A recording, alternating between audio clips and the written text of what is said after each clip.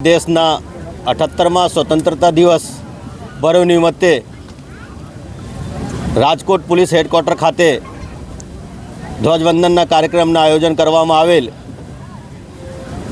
આમાં police, home guard, NCC, SPC બાકી લોકો પાર્ટિસિપેટ કર્યા અને શહેરજનો અને બાકી મિત્રો પણ આમાં સામેલ થયા હતા।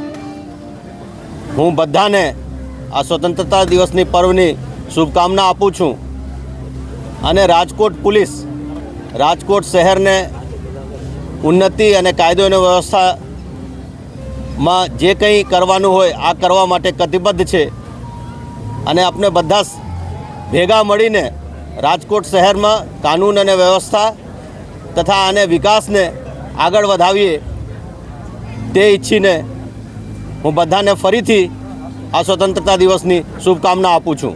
જય હિન્દ।